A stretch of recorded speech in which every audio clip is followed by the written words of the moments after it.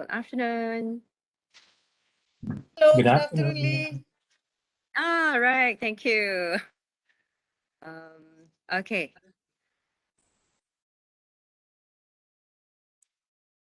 Welcome to Miniclass 2, Learner Paradigms Determine Business Success, and thank you for being here. My name is Lee, and I am the moderator for this mini class. So if you could listen to me loud and clear, please give me a thumbs up. All right, great, excellent. How about the others? All right, I see more thumbs up right now. Thank you so much for the feedback. We are pleased to welcome Mr. Joshua Ho, an expert industry in human resource professionals from Singapore. So today, Joshua, who will be giving us a short presentation on the learner paradigms determine business success, has over 28 years of experience in human capital, strategy, planning, and operations.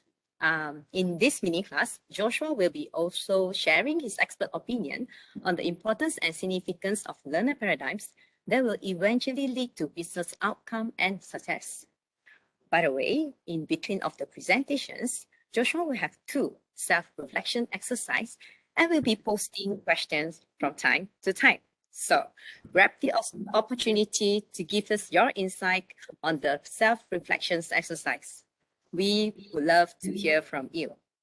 Drop it either on the question and answer, or you may voice it out over the microphone. With that, I ask you to give your full attention to Joshua and help me welcoming him to the stage. Joshua, over to you. Okay, thank you, Laiwa. I'm so glad to be here. Thank you, Sue, for that clap. Yeah, I'm so glad to be here and for the invite. So, I mean, it's been a long time since we've been able to go out, and yeah, it's been quite a while since I've been to Malaysia, but seeing you virtually is good enough as well. So, my topic is on essentially about paradigms and how our paradigms can actually affect our decisions and eventually the business success. Next. So, as Laiwa, next slide, please.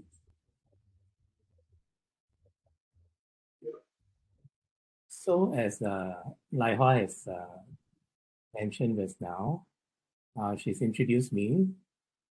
So, I have many years in various capacities in the university, in social services, some consulting work, healthcare, and the Ministry of Defense. So, primarily in large government or government-related organizations, much like your own organization. So I'm also a senior professional with the Institute of Human Resource Professionals in Singapore, and I assess senior professionals for the certification, looking at skills-based assessment as well as advising the Tripartite Alliance for Fair Employment Practices. Next slide.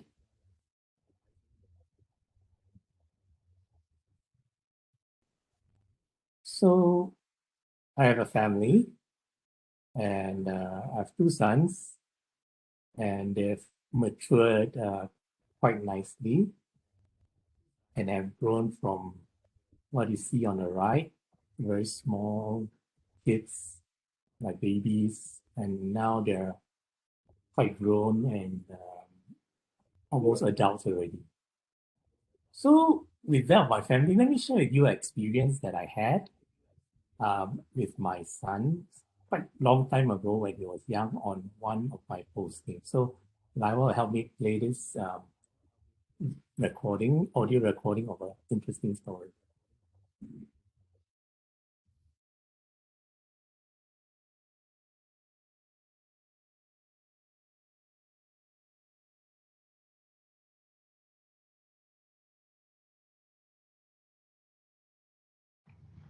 Some years ago, I moved my family from Singapore to Monterey, California, where I had an assignment then. It was a difficult time of adjustment for my son, who was then 5 years old. Jonathan came home every day from school complaining about life. Nothing was right. The weather, the kids in school weren't nice. There was nothing to do at night, and so on. One Saturday morning, as we were seated around the breakfast table, I decided to play a game that I hoped would be a learning experience for him. I asked John to look around the room and notice everything that was blue. After 30 seconds, I told him to stop and close his eyes, and then asked him to tell me everything he could remember in the room that was green. "Oh, Mom, that's not fair," John said. "You asked me to look for what was blue." "I know I did," I replied. "You're right. I'm not fair. Hey, but tell me what you remember that is green." He named about 5 items. "Okay," I said. "Keep your eyes closed and tell me everything you noticed that was blue." He was able to name about close to 20 items. I had him open his eyes and then ask the questions. Why could you name so many more things that were blue than green? As though I had scripted his answer, John said, "Because you see what you are looking for." I couldn't have been more pleased with my little experiment. "Exactly, John," I said. "Here was my opportunity. So what have you been looking for since we started living in Monterey?" "Oh, Mom," he said, "that's not fair." "You're right, John. It's not fair. But think about it for a minute. It seems to me that you have been looking for what is wrong with Monterey. And do you know what? Just like our game, if that is what you look for, that is what you'll find." John got the message pretty quick and soon adjusted fine to life in Monterey. Okay, so that was the short story, and it sort of talks about paradigm, about you seeing what you're looking for.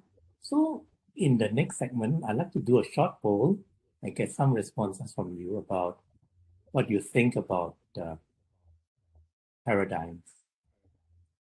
So the question is, do you think we see what we are looking for? So there are 3 options, whether it's yes, unsure, or no. You can just look at your screen and just pick the relevant option to you.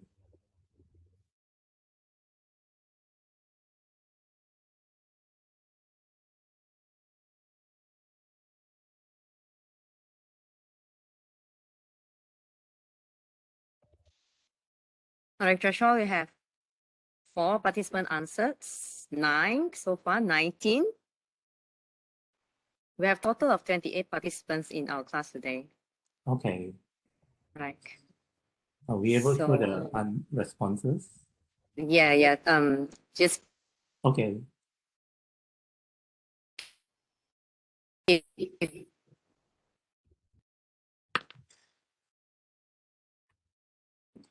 we have 13 who has not started.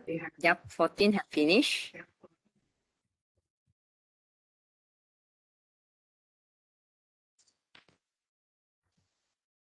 Right, great. We'll give another 15 seconds more. Sure. Yeah, I don't have to overthink this question, just what comes to mind, you know.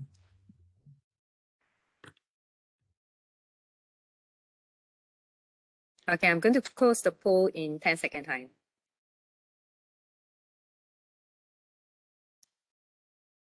17 have completed, 18 have completed out of 28.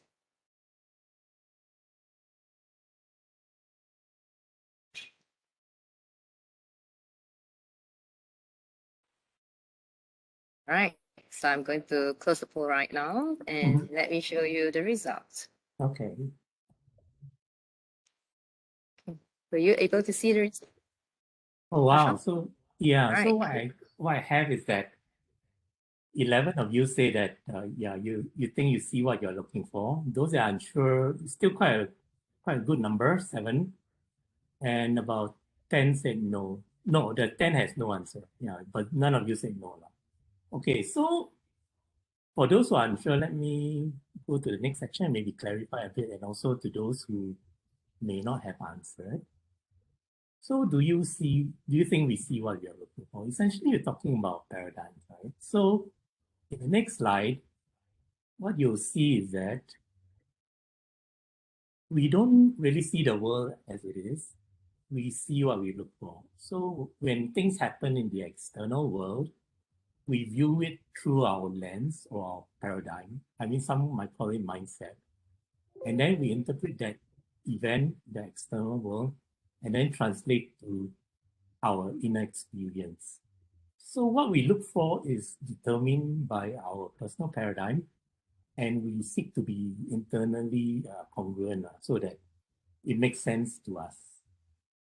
And there are 4 paradigms in the next slide. Essentially, the 4 paradigms are that of fear, duty, achievement, and integrity. So our experiences shift according to how we view things or our view of the world or paradigm. So this affects how we view others, how we feel about ourselves, our own motivation, and our willingness to take responsibility for ourselves. At different times, we may shift between different paradigms at different moments of our lives. So I'll now go through the different paradigms, starting with the fear paradigm. So in the fear paradigm, we can sum it up as life is a hassle. For people having this as a predominant paradigm, they view life as a problem or as a hassle. In terms of the belief, it's fear-based and people feel powerless and out of control. They dislike what is happening, but feel that they have no power to change it, and they don't feel that they are okay. So in terms of interaction with others, it's filled with cynicism, defiance, or submission. Either they are reactive, blame others, or seek escape, and generally feel that they can't do much. Yeah, the next paradigm is the duty paradigm.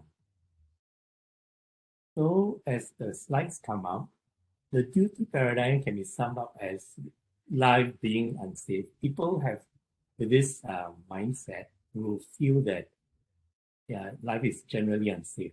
So they form their thinking around a reference group and they wish to establish control over their life by conforming what others expect.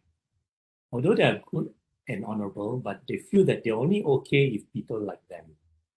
And in terms of interaction with others, it's rigidly defined with black and white boundaries. And they build security by submitting to rules and avoiding having problems with others. So in terms of a summation statement, it's like people are okay if they are like me. In the next paradigm, the achievement paradigm, people only feel good when they perform well. So in terms of the nature of belief, the dominant paradigm is the importance of the self, of ego, and performing. And they seek importance and meaning through achievements. They're only okay if they are successful.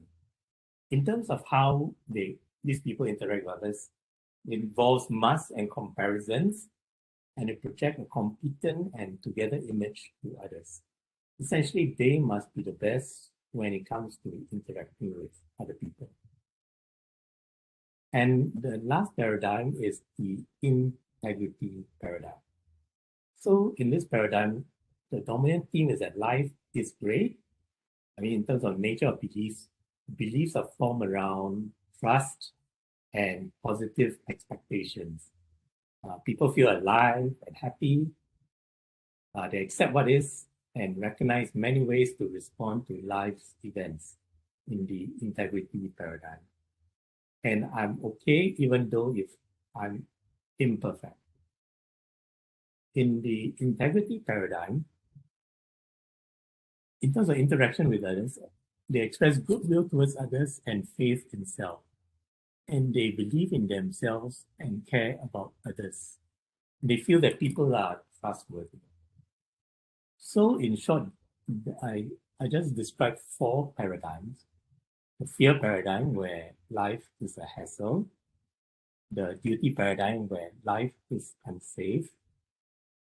Achievement paradigm, where life is good when we perform well. And lastly, the integrity paradigm. where life is great. So let's go to a sort of short self-reflection exercise. And you spend like 5 minutes and think about how you would handle the situation below. And maybe we can come back after 5 minutes to sort of share how we will handle this.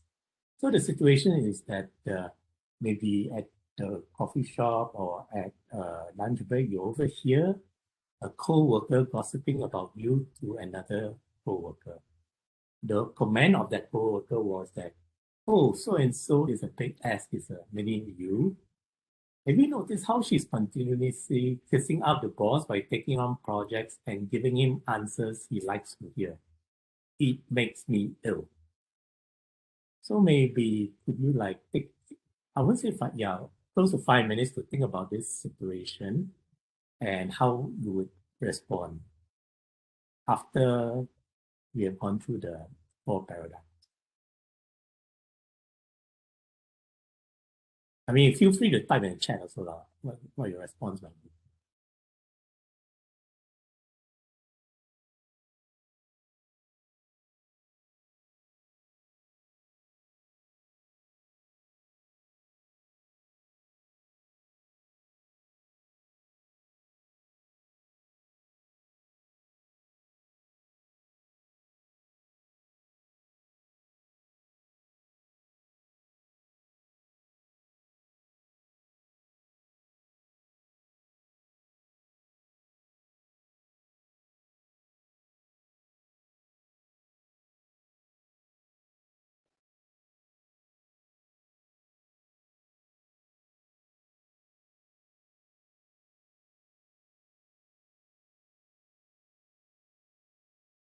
I mean, you finish reflecting, maybe you can show some sign like a thumbs up, or no, maybe you can proceed.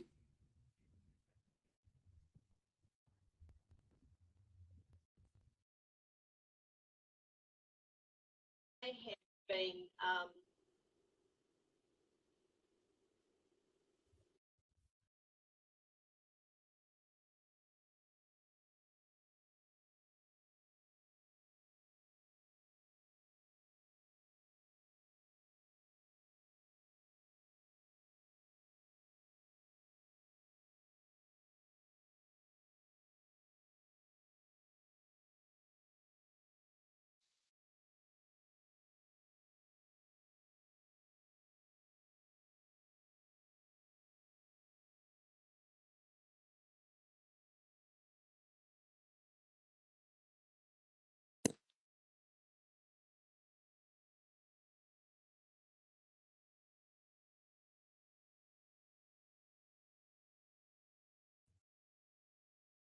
Okay, we have someone who sort of responded.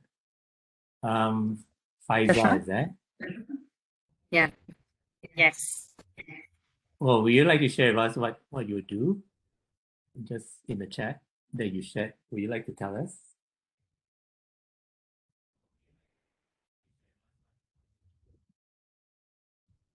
Okay, never mind. I think Pfizer said that I think I'll just meet the person in person and ask, I mean, just a conversation to clarify why she or he said that.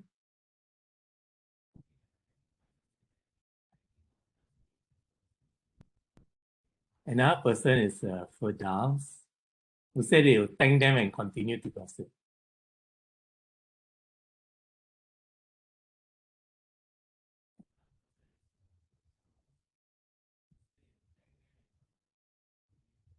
Are there any other responses or anybody like to share?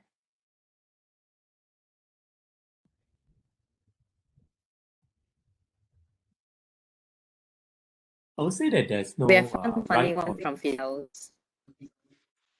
yeah, he said that you thank them and continue to gossip. He's a funny guy. That was a funny one, Joshua. Yeah. Yeah, I guess there's no right or wrong answer. I mean, a lot depends on how we view the situation. I mean, someone said that I'll be sad, but I'll just let it go and continue work, or you just ignore them. Yeah, so So avoiding or let it go, continuing to work, which is as good as avoiding, and clarify. I mean, these are different possible responses, depending on why you think you should do that. Okay, so I wouldn't relate that to the paradigms, but let's go to the next self-reflection exercise.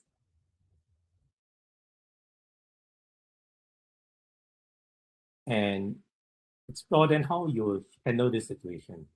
This is not with your colleagues, now it's with the boss. So it says that you're feeling defeated after your boss tells you she doesn't like you empowering your employees.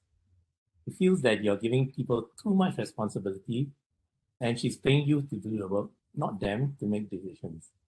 So she insists that you stop this practice immediately.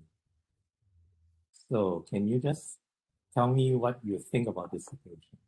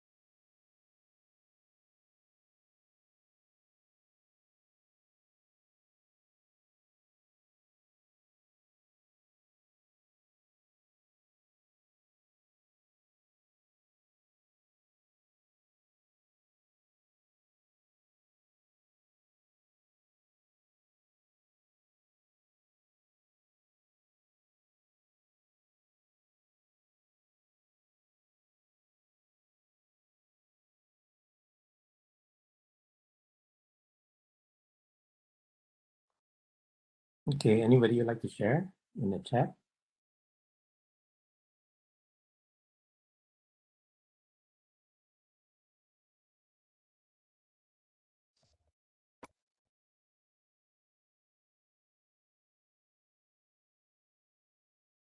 Someone said ignore. So, I mean, if that's your boss, would you ignore your boss? Maybe you would, I don't know.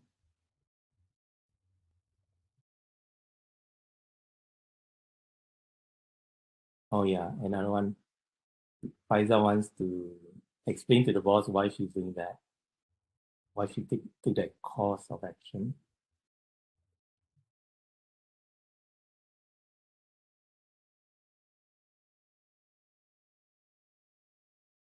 Okay, Atika says, follow the boss. If the boss says it's no good to do that, then let's not do that. Some say, explain why you give the employee the responsibility or take that as an opportunity to improve. So this group is quite good. Very positive responses, I would say.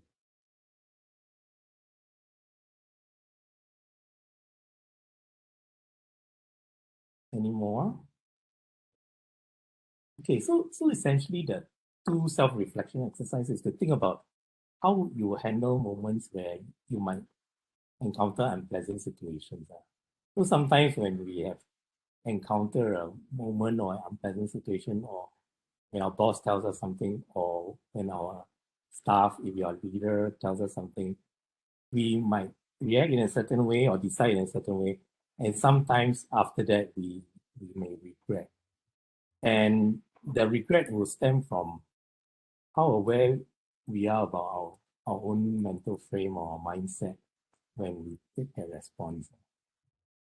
So in the next segment, I would like to get your views about whether you think awareness of your own paradigm is important.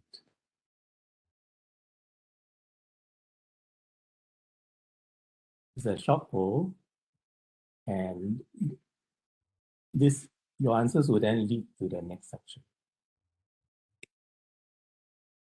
So a simple question, do you think awareness of paradigms is important? Yes, unsure, or maybe?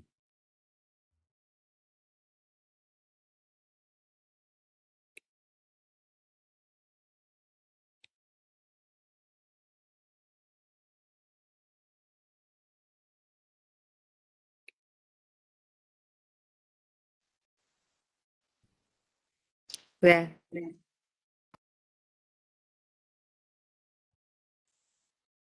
We have 15 that finish up the poll, and there are Okay. still more is coming. Oh, great.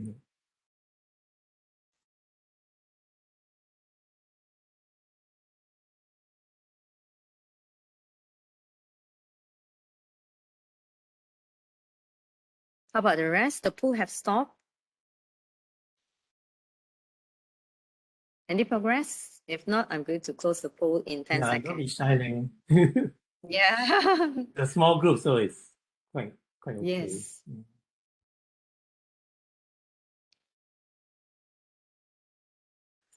All right, Joshua, I think I'm going to close the poll. See, Okay, he no has problem. stopped progressing. All right. Mhm, So let me show you the poll result. mhm. Here you go. Can you see the poll result? Oh, great. So Okay, great. most of you, half of those who participated say that being aware of your own paradigm is important, which is great. For the rest who did not participate, either you're unsure or yeah, or you don't think that you have a certain paradigm. So let me go next to about awareness in the next slide. So our paradigm, as you see, determines our natural response to key moments. For example, in the situation, the self-reflection, you realize that how you view that situation determines your response. Some people avoid the person who made those comments, and some people just clarify. But if they are your boss or your staff, there may not be an option to do the avoiding. So awareness of how our paradigm influences our responses is pivotal to conquering those key moments. Those key moments meaning like when you get instruction from your boss or some feedback from employees. And awareness is the gateway to change and learning to respond differently. So in the next slide, Albert Einstein said that insanity is doing the same thing over and over again and expecting different results. So if we want to be better, we want to succeed, and we want to help the company to succeed, and we feel that we haven't progressed very far with that, we sort of need to think about the kind of paradigms we are having and seek to understand how we are responding and do things differently if we want different results. So why does our response matter in the next slide? So our response to events that occur is more important than the events themselves. So like the self-reflection exercise, yeah, how you respond will determine the outcome. So our response is determined by our view of the world, which is actually our mental model or paradigm. And our view of success is a major driver of how we will be responding. So in the next slide, I'll talk about key moments. So a key moment is an event or triggering event or situation which presents a challenge and elicits or demands a response. So example of key moments like the situation in the self-reflection, someone criticizes you for a presentation you delivered in a recent meeting. It could be in your face, indirect or direct. So how do you respond to that? Or if a co-worker fails to show up for the third time this month, meaning you have to cover for that person. How would you respond to that co-worker, or what decision will you make after that? Next. So our response to these key moments moves us towards survival or personal success. So when we handle these key moments poorly, we take the path of survival. So we have talked about being aware of your paradigm and how your paradigm sort of affects your responses. And being aware of your paradigm will determine how you actually handle your key moments. And responding to your key moments is essential to whether you actually succeed or just survive or maybe just cruise along. So in the next poll, I'd like to check with you all.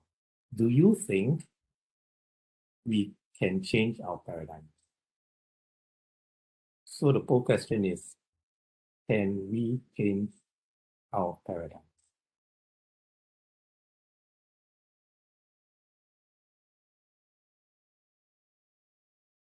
Can you see the poll questions, Joshua? Yep. All right, great. Thank you. So, So can we change our paradigm? wow, Yes, unsure. Yes. Maybe. we would love feedback. So please give us your Yeah. feedback. Don't keep And quiet. those who Jeff. are, Yeah. yes, and those who have just joined, welcome. I mean, there were like the other half of you don't. Should I hear from the other half who Yes. didn't participate previously?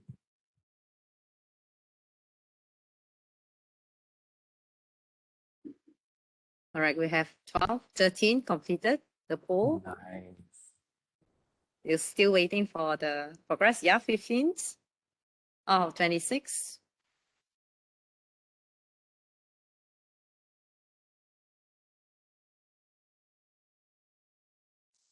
Okay, the pool have slowed down and yeah, it's coming again, 16.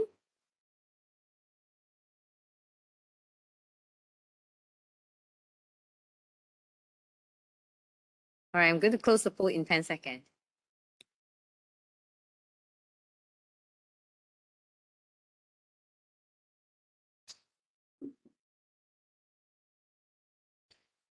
Okay, I'm going to close the pool now. And let me show you the result. Joshua, you see the result? Yeah, I can. So All right, great. to the question, like, can we change our paradigm? So there were 17 responses that said, yes, we can. And 9, there were no answers from 9 of them. Okay, so maybe I'll ask, right? Those people who say yes, will any of you share why you think we can change our paradigm? Or why do you think it's important to change our paradigms? Or is it important to change our paradigm?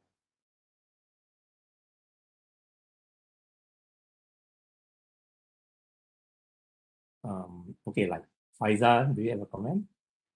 Oh, Firdaus, be agile and flexible.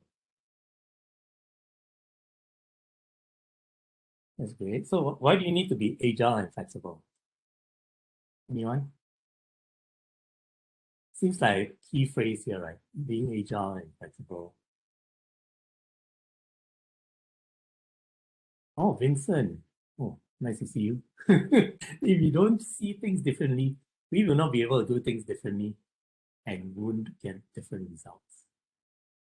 Oh, see, do, get, cycle. Right. Faisal says self-improvement.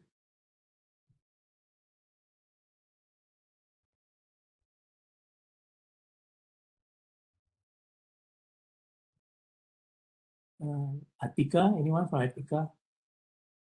Anything from Atika? You said like follow the boss lead. So you That's follow the right. boss lead means you adopt the paradigm of the boss, the mindset, right?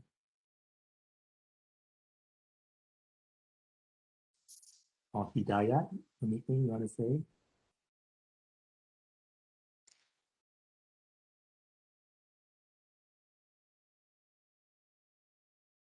Okay, Sharizan.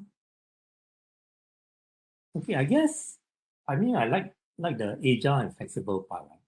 I mean, who could have thought, right? Like in 2019, would you have thought that COVID would happen?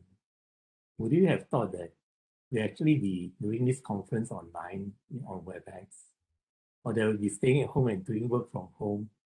I think nobody really thought of that. And to be honest, we had to adjust, right? Adjust our work, adjust our life, adjust our personal life, how we do things. So I guess it's very difficult to anticipate or predict what the future holds, and anything can happen. And being agile and flexible helps us to adjust to the new situation. And being agile and flexible, yeah, that's great. We won't be able to survive if we don't change. So being agile and flexible and means that we need to also be able to modify the way we look at things or modify the way we see things and adopt a different paradigm, for example, if the situation changes. So it's like COVID, right? We have never used, for example, maybe we have never used tablets before, never gone online before, but we still have to overcome the anxiety to learn to do it. Yeah. Okay, so next slide, can we change our paradigm? So I would say yes, we can, but it takes effort. So in the next slide, I'll show you the response chain and the moment of choice.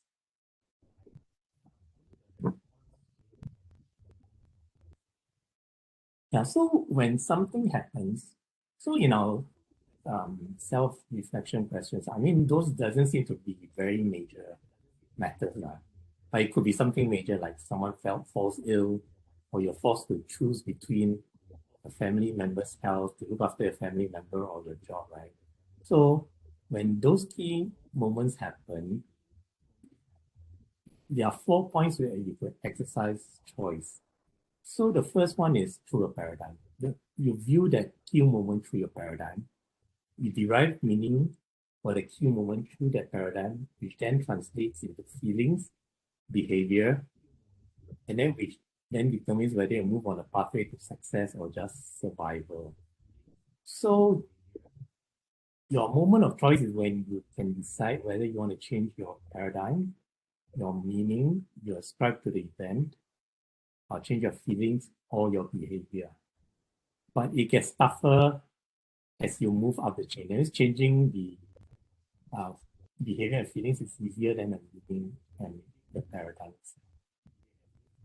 So next slide, the moment of choice can happen at any point in the response chain. And it occurs when we recognize what is going on. So when we recognize what is going on, meaning when we are aware of what's happening and we interrupt our usual habitual reaction by choosing a different way of responding. Next slide. So there's the paradigm, and then there's the meaning we ascribe, the feelings and the behavior. So how do you change feelings and behavior first? So it's not to essentially react like you would. So if, for example, your boss shouts at you, or your boss says, oh, you're an idiot, or you do something badly. So take a moment to pause. Do something incompatible with what you always do. Yeah. Do something that's incompatible with your automatic response. So some examples could be to breathe, to take a time out, listen to music, you can meditate, or relax. So something to take you away from that particular situation and your natural inclination to sort of react immediately to the comment or the event. Okay, next would be, how do you change meaning? So the meaning we ascribe is depending on what we think, right?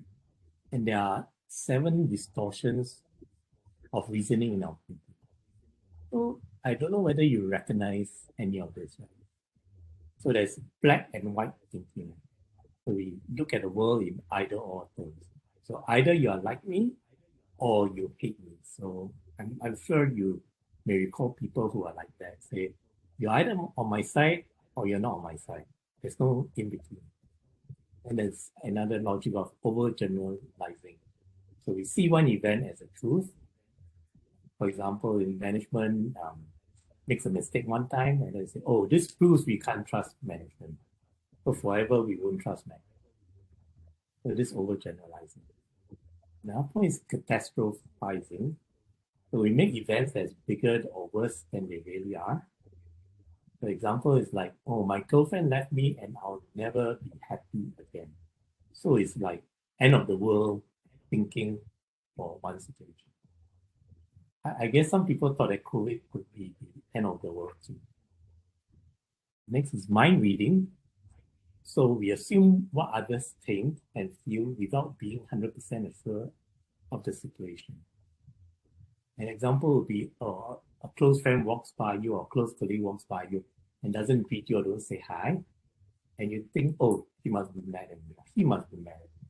Or could it be that he was in a rush for a meeting that you actually forgot to say hi or just didn't greet you? Next is fortune telling. So we assume that things turn out poorly before they have even happened. For example, I'm certain that my presentation will be a disaster. I mean, just because the last two presentations we didn't do that well, doesn't mean that the next one will be a disaster.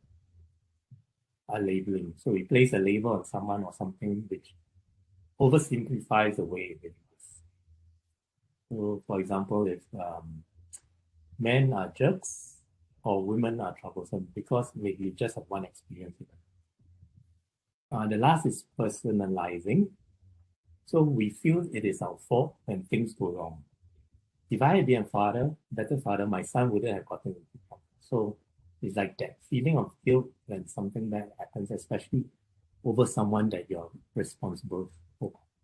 So these are sort of 7 ways that we might ascribe meaning to a situation, which could be distortions in our logic. It's actually distortions in our logic.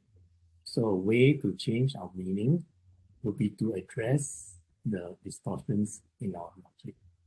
Although we might be feeling a certain way, for example, personalizing when something bad happens to someone close to you. But does it really help now? I mean, is it really your fault when something happens? Okay, the last one is how do we actually change our paradigms? Next slide. So changing our paradigms actually involves changing our core beliefs. So whether you have a fear paradigm or duty, that means you believe you're serving somebody, or achievement, that means everything needs to be tip-top or always be number one, or whether you have an integrity paradigm where you think that you should have values and you should hold fast to your values. All these are your own paradigms, and you can shift them through 8 steps. So first is really to identify your recurring key moments. I mean, look at the typical actions that you take during those key moments. Is it avoidance, confrontation, self-blame? Then you look at underlying beliefs associated with typical actions. Identify some of your logic distortions through the 7 distortions that I identified previously. Then explore how you change your belief. Then adopting that change in belief, how would you explore your consequent feelings and behavior? And imagine your future self and integrating with it. So this is actually just a process, but a lot of times it's not so easy to change your paradigm on your own, because you might think it's easy, but after a while, when push comes to shove, your automatic reaction might come back in. So what helps to change paradigms is if you have someone who can guide you, who keeps you accountable, or a coach, for example, can assist in helping you shift paradigms. So before I move on, maybe do you have any questions first before I move to the last part of the short video? Yeah, I mean, we're close to the end. So the last one is just to show you a short video to summarize the paradigms. Joshua, Any I have one question. Oh yeah, hi. Yeah. All right. I'm interested to know what is black and white boundary. Black and white. Yes, Wow. the black and white boundary that we have in your earlier slides. Okay, we can go. Yeah. Thank you. You can go back to the previous slide. So black and white thinking. I think it's slide 24. 24.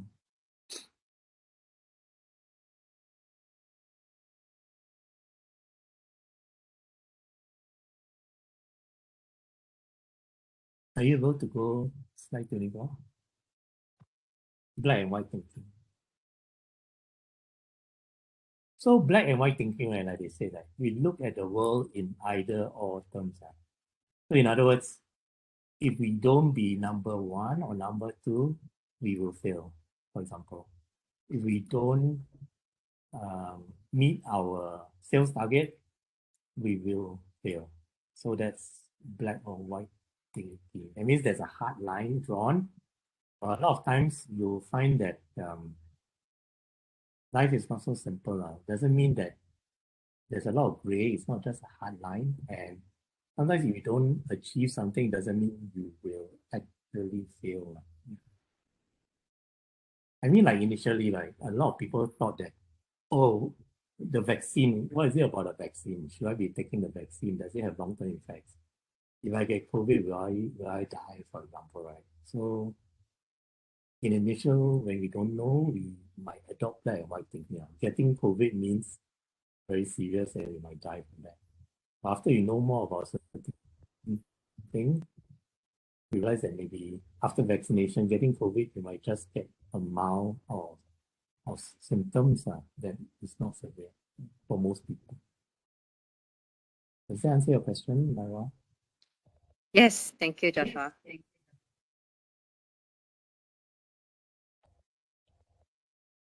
Any more questions from the floor?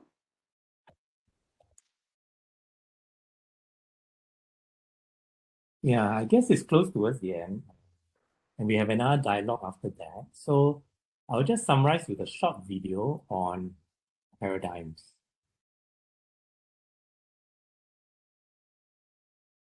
As you can see, our framing's doing fantastic. We should have that all wrapped up. Good, appreciate that. So much of what we do in our personal lives and at the office is the result of the paradigms we hold. And what we do, in turn, affects the results we get. Thanks for coming to the meeting today, everyone. The word paradigm comes from the Greek root paradigma, meaning pattern, the pattern we expect to see, or the mental image of the way things are.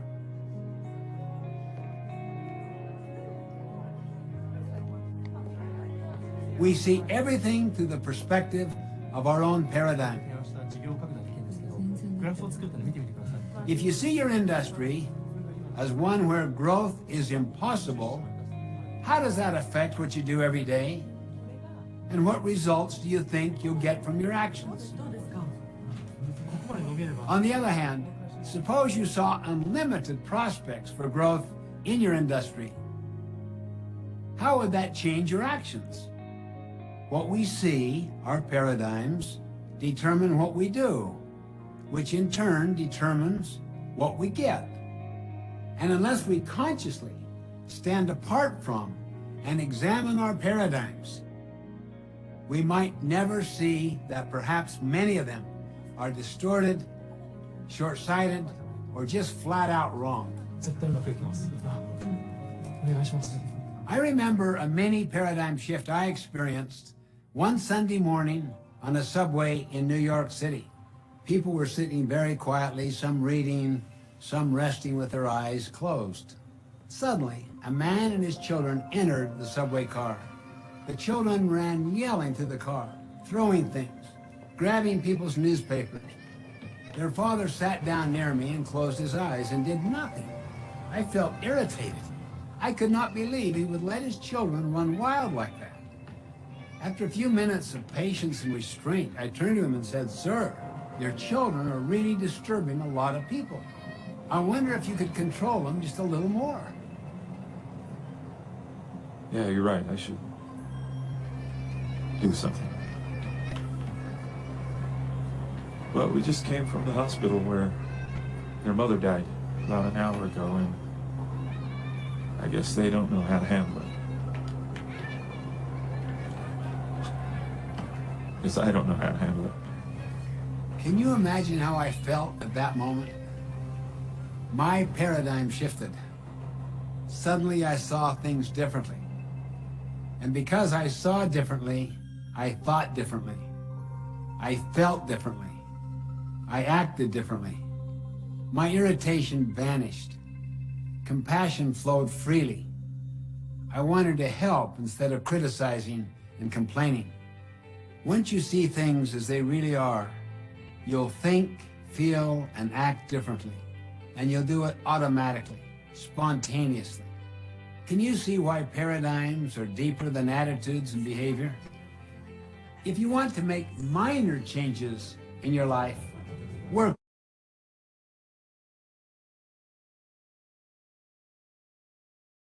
on your behavior. But if you want to make significant quantum breakthroughs, work on your paradigms.